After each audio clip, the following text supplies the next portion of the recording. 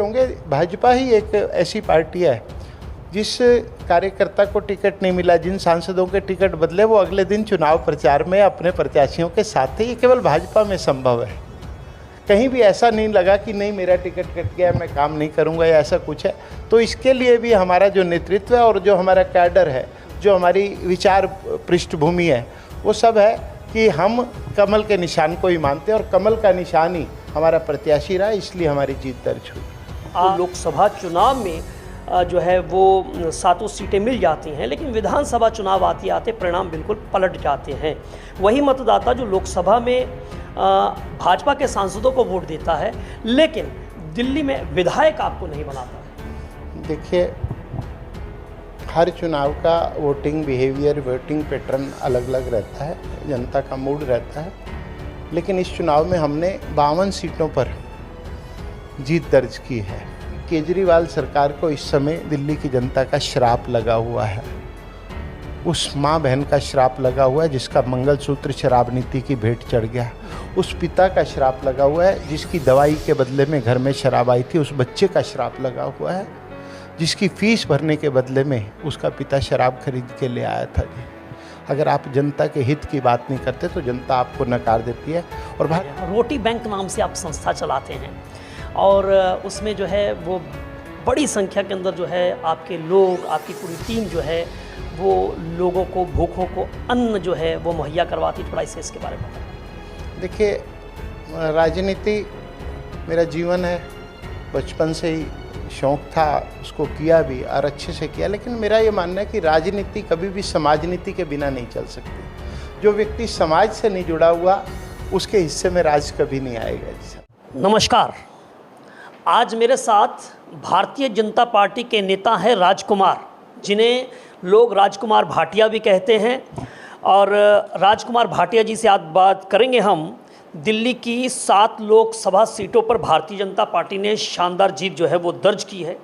और मैं बता दूं कि राजकुमार भाटिया जो हैं वो भारतीय जनता पार्टी के पूर्व जो है वो प्रत्याशी भी रहे, विधानसभा चुनाव के जिलाध्यक्ष भी रहे, भारतीय जनता पार्टी के संगठन में जो है वो प्रवक्ता भी रहे और मौजूदा समय में वो उत्तरी पश्चिमी दिल्ली में भारतीय जनता पार्टी के प्रभारी की भूमिका जो है वो निभा रहे हैं। और प्रभारी की भूमिका में उन्होंने सबसे शानदार प्रदर्शन जो है वो दिल्ली की 7 लोकसभा सीटों में किया है। उन्होंने अपने प्रत्याशी भारतीय जनता पार्टी के जो मौजूदा सांसद हैं उनको 2,90,000 की जीत जो दर्ज करवाई, उनमें इनकी रणनीति जो है वो बड़ी भूमिका जो है निभाई है। और इन्हीं चीज़ों को लेकर जो है वो आज जो है मुखातिब होते हैं राजकुमार भाटिया जी। भाटिया जी, सबसे पहले आपका बहुत बहुत स्वागत करता हूं मैं एनकेएम न्यूज़ में, और आपको बहुत बहुत शुभकामनाएं भी कि आपने दिल्ली की 7 सीटों पर जो है हैट्रिक लगा दी है, तीसरी मर्तबा जो है वो जीत दर्ज कर दी है।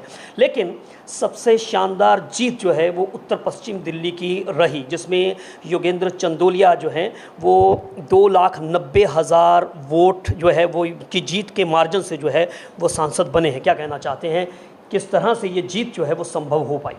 देखिए, दिल्ली की जीत का श्रेय मोदी जी की गारंटी को जाता है, कार्यकर्ताओं की मेहनत को जाता है और श्री वीरेंद्र सचदेवा जी और प्रदेश नेतृत्व की जो समस्त टीम थी उनके कुशल प्रबंधन को जाता है। दिल्ली का चुनाव इस बारी श्री वीरेंद्र सचदेवा जी के नेतृत्व में लड़ा जा रहा था और वीरेंद्र सचदेवा जी ज़मीनी रूप से एक कार्यकर्ता हैं।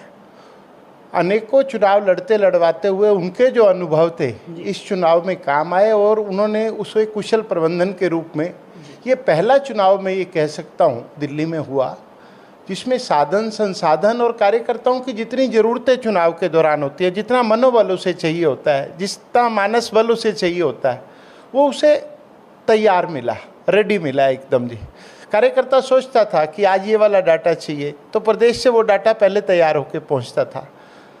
प्रदेश अध्यक्ष महोदय ने चुनाव से पूर्व एक सशक्त और कुशल टीम चुनाव प्रबंधन समिति बनाई जिसमें 41 विभाग थे। 4 लोगों को उसकी जिम्मेवारी दी थी। श्री अजय महावर जी थे, बहन योगिता सिंह, गजेंद्र यादव जी और राजीव बब्बर जी, चारों अनुभवी थे और इनकी देखरेख स्वयं प्रदेश अध्यक्ष ही कर रहे थे, राष्ट्रीय नेतृत्व कर रहा था और हमारे संगठन महामंत्री श्री पवन राणा जी कर रहे थे। श्री ओपी धनखड़ जी चुनाव प्रभारी के रूप में हरियाणा से हमारी पूरी टीम को देख रहे थे, तो ये पूरा चुनाव जो है एक कुशल प्रबंधन के तहत लड़ा गया। और ये पहला चुनाव था जब चुनाव घोषित होने से पहले प्रत्याशियों के चुनाव कार्यालय खुल गए, चुनाव प्रबंधन समितियां बन गई, विधानसभा स्तर पर संयोजक और प्रभारी नियुक्त हो गए।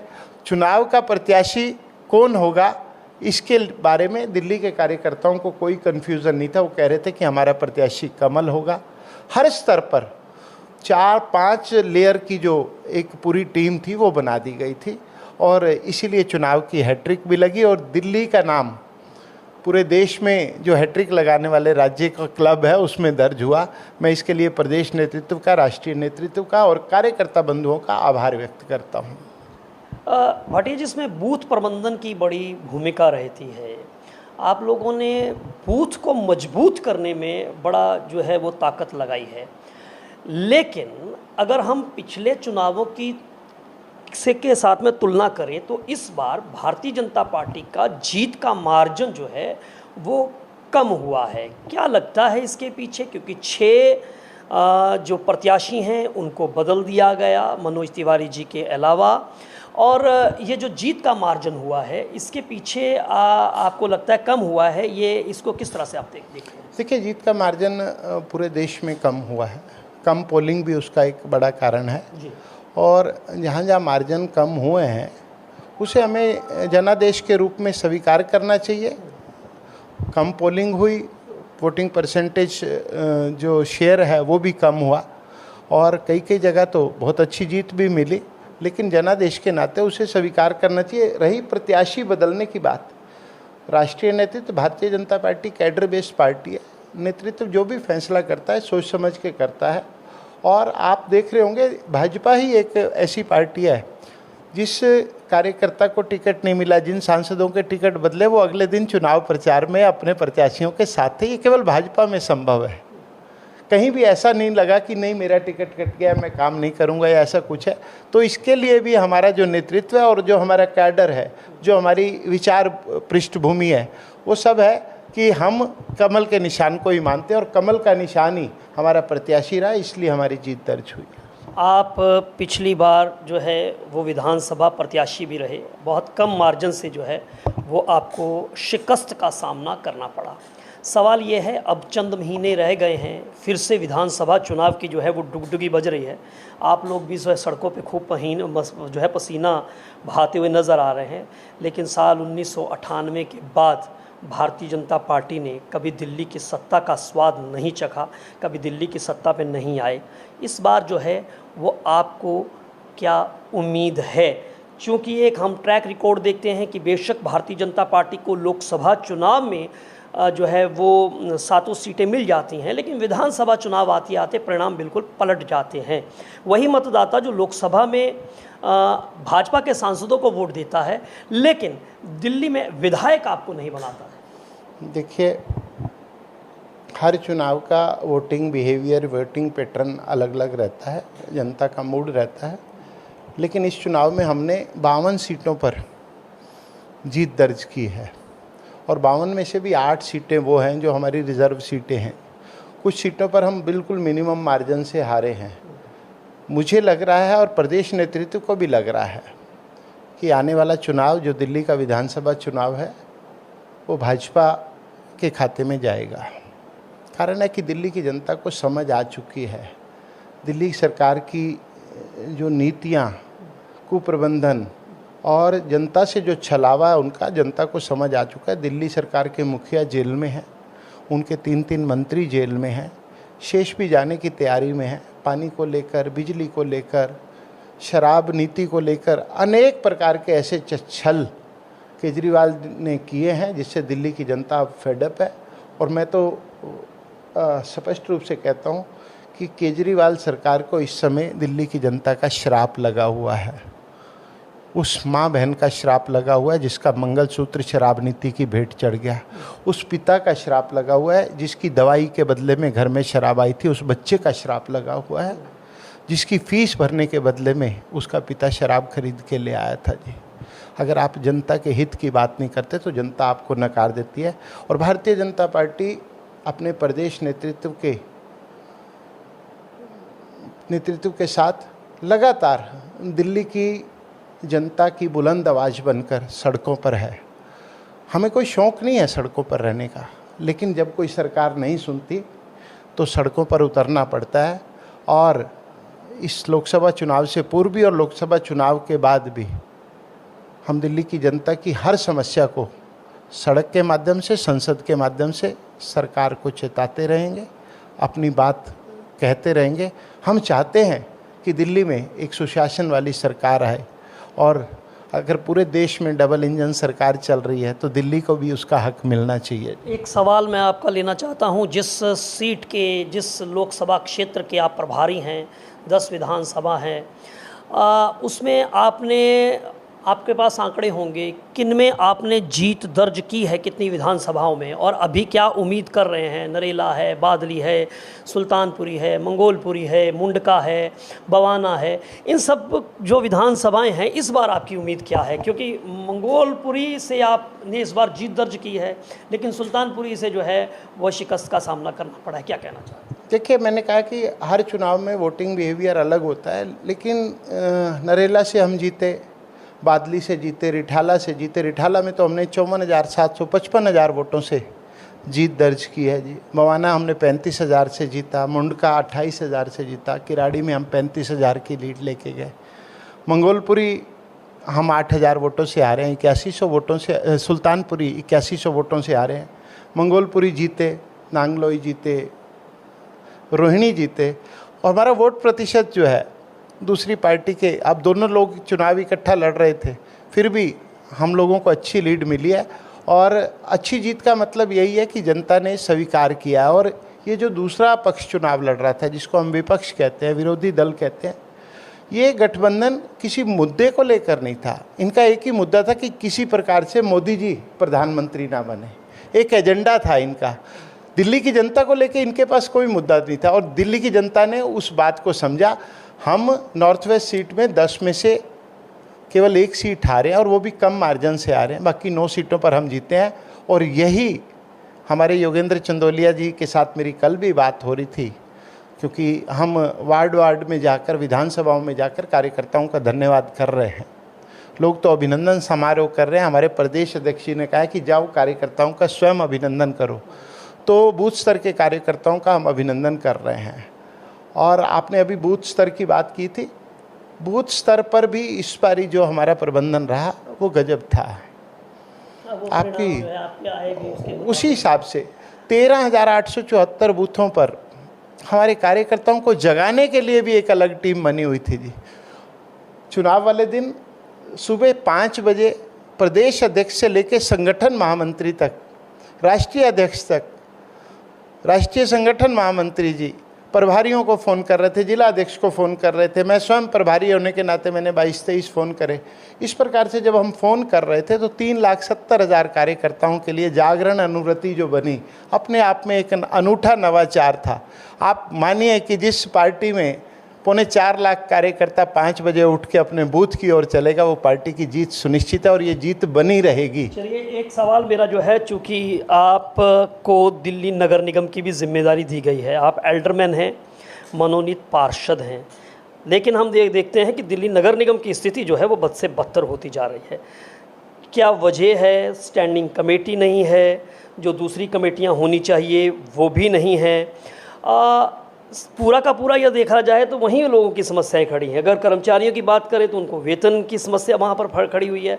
अगर सड़कों की बात करें तो वहाँ पर, पार्कों की बात करें तो वहाँ पे भी स्थिति जो है वहाँ पर कुछ संतोषजनक नहीं है। तो क्या कहना चाहते हैं, उसके लिए कौन जिम्मेदार है?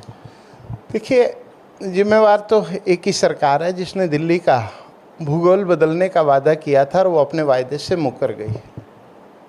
केजरीवाल जी कहते थे कि MCD हमें दे दो, फिर हम दिखाएंगे क्या होता है। अब फिर देख लीजिए क्या हो रहा है जी साहब। वो कहते थे सबको तनख्वाह मिलेगी, पूरी दिल्ली में सफाई होगी। आज दिल्ली की सड़कों पर निकल जाइए, कोई भी सड़क ऐसी नहीं है जिस पे सड़क से ज़्यादा गड्ढा ना नज़र आता हो। पहले पैचवर्क हो जाया करते थे, पैचवर्क भी नहीं हो। दिल्ली नगर निगम के कर्मचारी सफाई कितनी कर रहे हैं, कितनी नहीं कर रहे, ये दिल्ली की जनता बोल रही है। पानी को लेके त्राहिमाम है। दोनों चीज़ें, दिल्ली सरकार और MCD तो आम आदमी पार्टी के पास है जी, क्यों नहीं वो काम कर रहे हैं? अब उनके पास कौन सा बहाना चाहिए? फिर अब वो कहने लग जाएंगे केंद्र सरकार हमें दे दो तब हम काम करेंगे जी। तो आपकी इच्छाएं तो असीमित है, लेकिन काम करने की जो आपकी इच्छा शक्ति है वो बिल्कुल नहीं है। आप काम क्यों नहीं कर रहे हैं मुझे समझ नहीं आ रही है। वो तो सपा आपके ऊपर ठीकरा फोड़ते हैं ना जी। वो कहते हैं ना जी, पानी भारतीय जनता पार्टी के गुंडे बदमाशी कर रहे हैं। आप उनके दफ्तरों में जाकर जो है दिल्ली जल बोर्ड के दफ्तरों के जो है उसमें तोड़फोड़ कर रहे हैं, उनके कर्मचारियों को मार पीट रहे हैं ताकि पानी की सप्लाई ना हो। ऐसे आरोप जो है संजय सिंह आज लगाते हुए नजर आ रहे हैं। दिल्ली नगर निगम की बात करें तो वहाँ पर भी वो कह रहे हैं कि भारतीय जनता पार्टी जो है वो जानबूझकर जो है वो निगम को परेशान कर रही है, काम नहीं करने देती है। वो तमाम चीज़ें आपके ऊपर आरोप लगा रहे हैं। वो कोई बात नहीं, उनका काम है, वो केवल आरोप लगाना ही जानते हैं, झूठ बोलना उनका काम है। जैसे ये झूठी पार्टी है। कल हमारे एक सांसद ने यहाँ पर पीसीबी करी और एक सांसद हमारे योगेंद्र चंदोलिया जी मुनक नहर पर गए। वहाँ पर उन्होंने संवाददाता बंधुओं को बताया कि देखिए हरियाणा से पानी अविरल आ रहा है, और आंकड़े बताते हैं कि कितने क्यूसेक पानी मिलता था, कितने क्यूसेक बट रहा है। ये सारी चीज़ें तो आंकड़ों पर है। सर वो कह रहे पाइपें तोड़ रहे हैं। नहीं, पाइपें तोड़ रहे हैं तो आप जुड़वाइए, हम पाइपें जोड़ रहे हैं, हम वहाँ जाकर लोगों को बता रहे हैं कि यहाँ से लीकेज है, इसको ख़त्म कीजिए। आरोप लगाने से कुछ नहीं होगा, आप काम करिए, सरकार का काम है काम करना। ये आरोप लगाना सरकार का काम नहीं है। हम तो आरोप नहीं लगा रहे, हम तो आपको बता रहे हैं निरंतर। और आप कितना भी झूठ बोल रहे हैं, संजय सिंह जी को तो मेरे ख्याल से रखा ही इसलिए हुआ है कि जब हम फंस जाएं तो आप झूठ बोल के चीज़ों को एकदम से वैनिश कर दीजिए ताकि सामने वाली पार्टी बोल ना पाए। हमारा उनसे कोई ऐसा दुराव नहीं है। आम आदमी पार्टी के खिलाफ हम कुछ नहीं कर रहे, हम तो केवल दिल्ली की जनता का हक उसके लिए मांग रहे हैं। बिजली पानी हमें चाहिए, दिल्ली की जनता को अच्छी हवा चाहिए, यमुना साफ़ सुथरी चाहिए। ये हमारी पहले भी मांग थी और आज भी मांग है। वो किस हिसाब से देना चाहते हैं वो जानेंगे। चलिए सर, मैं अब सवाल ये है कि चंद महीने तो चुनाव में बाकी रह गए हैं, ये कैसे प्रोवाइड होगा देखी जाएगी। लेकिन अब सियासी सवालों से एक जो है वो आपके सामाजिक सरोकार से संबंध रखता है, जो आपके एक अलग चेहरे से संबंध रखता है। राजनेता भी हैं आप, लेकिन सामाजिक जो है वो अपनी जिम्मेदारियों का निर्वहन भी आप कर रहे हैं। रोटी बैंक नाम से आप संस्था चलाते हैं और उसमें जो है वो बड़ी संख्या के अंदर जो है आपके लोग, आपकी पूरी टीम जो है वो लोगों को, भूखों को अन्न जो है वो मुहैया करवाती। थोड़ा इसके बारे में बताएं। देखिए, राजनीति मेरा जीवन है, बचपन से ही शौक़ था, उसको किया भी और अच्छे से किया। लेकिन मेरा ये मानना है कि राजनीति कभी भी समाजनीति के बिना नहीं चल सकती। जो व्यक्ति समाज से नहीं जुड़ा हुआ उसके हिस्से में राज कभी नहीं आएगा जी साहब। और इसीलिए मैं राजनीति करते करते समाजनीति भी करता हूँ। और जहाँ तक संभव हो पाता है अपना क्वालिटी टाइम जो है रोटी बैंक संस्था के माध्यम से उन लोगों तक पहुँचने का मैं प्रयास करता हूँ जिन्हें वास्तव में इस समाज में ज़रूरत है, जिनके हिस्से में आज भी भूख आई हुई है, उन तक पहुंचने का काम करता हूं। मेरे लिए गर्व और हर्ष का विषय, मेरी टीम के लिए गर्व और हर्ष का विषय कि प्रधानमंत्री श्री नरेंद्र मोदी जी ने हमारे रोटी बैंक को अपने मन की बात में उल्लेख किया और उन्होंने कहा कि ऐसे ऐसे नवाचार होने चाहिए, ऐसे ऐसे इनोवेशंस होने चाहिए। और रोटी बैंक के बारे में आपको पहले भी पता है, हम डोनेशन और ग्रांट दोनों से दूर रहते हैं। स्कूलों के माध्यम से, छात्रों के माध्यम से प्रतिदिन रोटी पैकेट्स आते हैं, अपने लंच पैकेट के साथ वो एक्स्ट्रा पैकेट लाते हैं और हम ज़रूरतमंदों तक पहुंचाने का काम करते हैं। और मैं सोचता हूं कि यही हमारी ताकत है। अगर मुझे राजनीति भी करनी है, हालांकि रोटी बैंक को मैं कभी राजनीति के साथ जोड़ के नहीं देखता हूं, लेकिन राजनीति भी करनी है तो समाज में हमारी स्वीकार्यता बहुत ज़रूरी है, समाज के हर हिस्से तक हमारी पहुँच बहुत ज़रूरी है। और वो पहुंच तभी हो सकती है जब हम ज़मीन पर चलते हुए, ऊंचाई कितनी भी हो, पाँव ज़मीन पर रहे। और उसी के प्रयास के निमित्त हम ये काम करते हैं। रोटी बैंक के साथ साथ स्वेटर बैंक है, कॉपी बैंक है, ऐसे छोटे छोटे प्रयास और नवाचार हैं। और उसमें मुझे कहने में कोई संकोच नहीं है कि राजकुमार भाटिया रोटी बैंक नहीं है, राजकुमार भाटिया की टीम भी रोटी बैंक नहीं है। रोटी बैंक वो लोग हैं जो घर से 3 रोटी का एक पैकेट बना के प्रतिदिन हमारे लिए तैयार करके लाते हैं, वो रोटी बैंक है। अच्छा ये समाज रोटी बैंक है जी। और हमारे समाज में जो पिछले 3-4 दशकों में एक वैक्यूम आया था, रोटी बैंक उसे चूल्हे से लेकर और समाज के बीच में जो गैप आया था उसको जोड़ने का प्रयास कर रहा है। हैव नॉट और हैव नॉट के बीच में जो ब्रिजिंग का काम है वो कर रहा है। तो मुझे लगता है कि एक शौक़ के साथ मैं इस एक भाव के साथ इस काम को करता हूँ लेकिन ये भी मेरी आपसे प्रार्थना है कि मेरी समाज नीति को कभी राजनीति के साथ जोड़ के ना देखें। ये अच्छी बात है। बिल्कुल संपन्नता और विपन्नता के बीच में खाई बढ़ती जा रही है। एक आखिरी प्रश्न मैं आपसे लेना चाहूँगा और तमाम मुद्दों पर आपसे बात हुई। राजकुमार भाटिया जो है वो सोशल मीडिया पर खूब मुखर रहते हैं। वैसे तो प्रधानमंत्री नरेंद्र मोदी भी रहते हैं, प्रेरणा तो सब भाजपा के कार्यकर्ताओं को वहीं से मिलती है। आपको हम देखते हैं कि राजकुमार भाटिया कभी नाचते हुए, यानी चेहरे पर आपके जो है वो गंभीर चित्तवृत्ति, कई बार गंभीरता जो है वो भी रहती है, और कई बार जो है बड़ा जो है आप नाचते हुए गाते हुए भी मिलते हैं। कभी सड़क के बच्चों के साथ में, कभी खेलते हुए भी मिलते हैं। उसके बारे में थोड़ा सा बताइए, क्योंकि हम ये देखते हैं कि राजनीति के अंदर लोग आ जाते तो हंसना भूल जाते हैं, लेकिन आप वो उस चीज़ को साथ में लेके चलते हैं, मुस्कुराते भी हैं। उसके बारे में थोड़ा सा बताइए। देखिए वैसा बड़ी टेंशन रहती है ना जी आपकी राजनीति। नहीं, टेंशन अगर आप लेंगे तो टेंशन रहेगी, और देंगे तो आपके पास टेंशन रहेगी नहीं। राजनीति टेंशन देने का काम है जी। और दूसरी बात है, अगर लोगों की टेंशन आप दूर करने का काम कर रहे हैं, तब भी हंसी स्वतः आपके चेहरे पे आएगी। आपके संतुष्टि का लेवल क्या है जी? कृष्ण भगवान बहुत उदास होते थे तब बांसुरी बजाते थे, बहुत खुश होते थे तब भी बांसुरी बजाते। भाटिया जी क्या करते हैं? मैं प्रयास करता हूं कि मेरे चेहरे से हंसी ना जाए। मेरा ये है कि मैं हंसूंगा तो लोग हंसेंगे, या लोगों को हंसते देखकर मैं हंसूंगा। ये दोनों बातें साथ साथ चलती हैं। संभव रहता है सदैव मुस्कुराते रहना? हाँ, बिल्कुल संभव रहता है। और हम सबको, आपका मुस्कुराता हुआ चेहरा आपका सबसे बढ़िया मेकअप है। इसके लिए आपको कहीं ब्यूटी पार्लर जाने की ज़रूरत नहीं। अगर आपके चेहरे पे मुस्कान है तो लोग आपको पसंद करते हैं। रोना तो सबके पास अपना अपना बहुत है जी। आपको रोता देख के कोई रोएगा नहीं, लेकिन हंसता देख के आपको लोग हंसेंगे। ये जीवन का सार है। जिसने इस बात को समझ लिया, चाहे मैं राजनीति में हूँ, चाहे बिजनेस में हूँ, चाहे परिवार में हूँ, हंसते चेहरे को हर कोई पसंद करता है। नाचते हैं आप, मैंने देखा है। मुस्कुराते हैं हमेशा, वो भी हम आपको देखते हैं। वो हर किसी को देखता है कि मुस्कुराते रहते हैं। गीता का ज्ञान है, उत्सव धर्मी। गाते भी हैं, राजकुमार भाटिया गाते भी हैं जी। गाते हैं, हमेशा गुनगुनाता हूँ। हमारे दर्शकों को थोड़ा सा कुछ गुना के। नहीं, मेरे तो जीवन का एक ही गीत है कि किसी की मुस्कुराहटों पे हो निसार, जीना इसी का नाम। नहीं, ये गाया ये मन से गाता हूँ और रोज गाता हूँ। मेरे कारण से अगर किसी के चेहरे पर एक बारी भी दिन में मुस्कान आई है, सुना दीजिए। मैंने सुना दिया कि किसी की मुस्कुराहटों पे हो निसार, जीना इसी का नाम है। अगर आपके कारण कोई हंसता है तो आपका दिन सार्थक होता है, आपका जीवन सार्थक होता है, और सार्थक जीवन ही मानव जीवन का सर्वश्रेष्ठ सार है। चलिए, जीना इसी का नाम है। ये राजकुमार भाटिया की जो है वो जीवनशाला है, जिसमें उनकी अपनी एक थ्योरी है, जिसमें वो इस राजनीतिक सिद्धांत को लेकर जो है वो साथ में चलते हैं। Sandeep Sharma, NKM news, Delhi.